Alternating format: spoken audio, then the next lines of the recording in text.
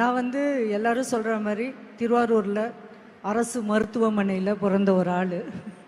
அங்கேருந்து நாகப்பட்டினம் அங்கே எங்கேன்னு படிச்சுட்டு சென்னை வந்து இங்கே வந்து கிராஜுவேஷன் பண்ணி அதுக்கப்புறமா டெல்லியில் போய் வேலை பார்த்து அதுக்கப்புறமா வந்து யூஎஸ் எல்லாம் போய் கஸ்டமரோடலாம் இருந்து அங்கெல்லாம் வேலையெல்லாம் பார்த்துட்டு வந்தோம்.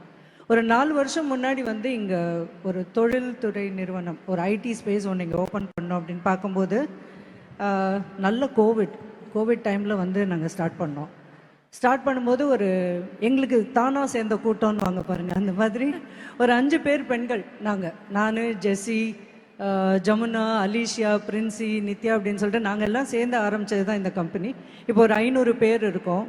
தமிழ்நாடு கவர்மெண்ட்டோட ஒரு MOU சைன் பண்ணி போன 7ஆம் தேதி போய் மதுரையில் போய் நாங்கள் கையெழுத்து போட்டுற அளவுக்கு நாங்கள் வளர்ந்தோம். அப்படின்னா இது இந்த தமிழ்நாட்டுக்கும் தமிழ் மக்களுக்கும் நம்மளுடைய பாரம்பரியத்துக்கும் கலாச்சாரத்துக்கும் பெண்களை ஊக்குவிக்கும் ஒரு திறனுக்கும் இருக்கிற ஒரு நல்ல ஒரு எடுத்துக்காட்டு அப்படின்னு எனக்கு தோணுது.